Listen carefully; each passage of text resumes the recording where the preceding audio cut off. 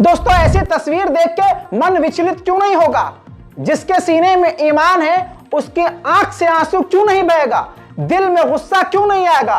Yemen के मुसलमान इस वक्त अपनी गवर्नमेंट से जोर से मांग कर रहे हैं, शोर से मांग कर रहे हैं कि हमारी सेना को इजराइल की सेना से टक्कर लेनी ही होगी।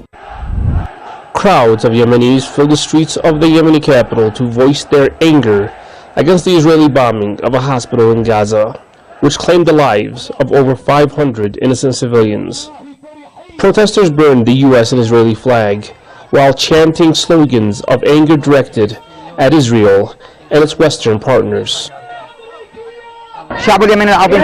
The people of faith and wisdom came out today to strongly condemn the crimes committed by the American-Israeli enemy. We tell the Israeli enemy that no matter how many crimes you commit, we will force you. उधर ऋषि सुनक के घर के बाहर हजारों लाखों मुसलमानों ने प्रदर्शन किया और नमाज बाजमात पढ़ी और फिर दुआए खैर करी गाजा और फिलिस्तीन के लोगों के लिए। कमाल है भारत के मुसलमानों, कम से कम कुछ नहीं कर सकते, दोनों हाथ उठाकर अपने इमाम साहब से अपनी मस्जिदों में दुआ ही करवा लो। अगर इमाम साहब दुआ नहीं करवा रहे हैं तो आपके भी दहन में अल्लाह ने एक चीज दी है, उसको जबान कहते हैं, उसको हिलाकर आप चार लोगों के बीच बैठकर हाथ उठाकर दुआ कर सकते हैं और करवा सकते हैं। देखिए, अल्हम्दुलिल्लाहि रब्बिल आलमीन अर्रहमानिर रहीम मालिकि यौमिद्दीन इय्याका नअबुदु व इय्याका नस्तईन इहदिनस सिरात। दोस्तों, ऐसा नहीं है कि सिर्फ मुसलमान ही गाजा के साथ खड़े हैं। पहले दिन ही कहा था, गाजा के दर्द को समझने के लिए मुसलमान होना जरूरी नहीं है, इंसानियत के दर्द को समझने के लिए इंसान का इंसान होना जरूरी है। गाजा में जो इंसानियत का कत्ल हो रहा है, उसको देखकर जिस बंदे के सीने में दिल है और अंदर जिस्म के अंदर इंसानियत बाकी है, उसका कलेजा तो फटेगा। पढ़े से पढ़ा लिखा इंसान भी पूरी तरह से गाजा के साथ है। दोस्तों, हार्वर्ड यूनिवर्सिटी के जो छात्र हैं वो भी जमीन पर लेटकर अलग तरह से प्रदर्शन कर रहे हैं। देखिए,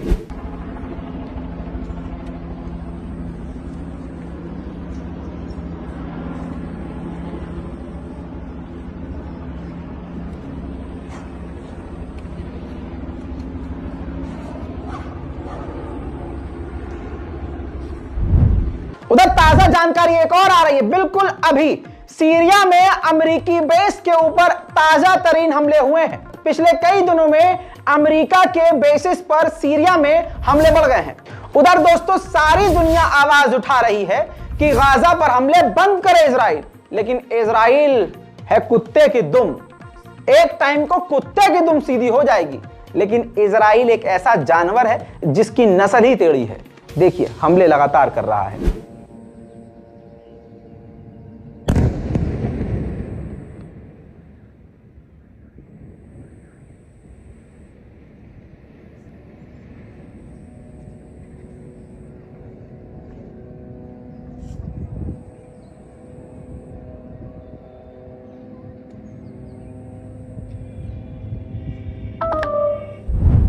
इसके बाद जो सबसे बड़ा कातिल है बाइडेन।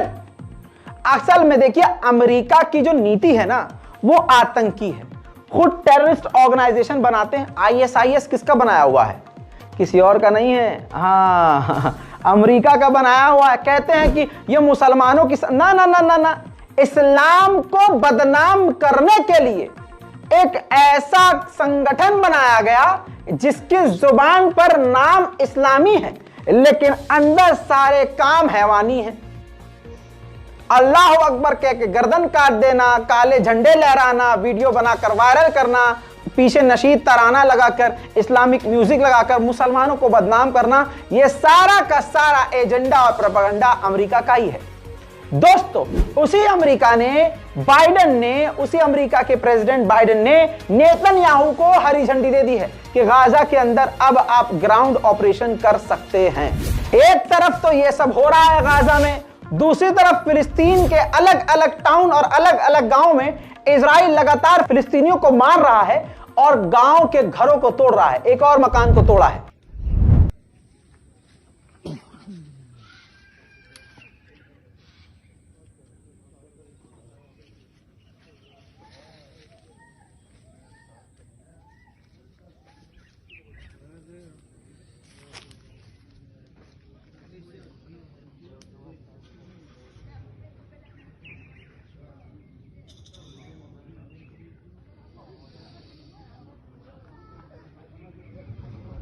इतना ही नहीं दोस्तों, घर को तोड़ने से पहले वो लूटपाट भी करता है।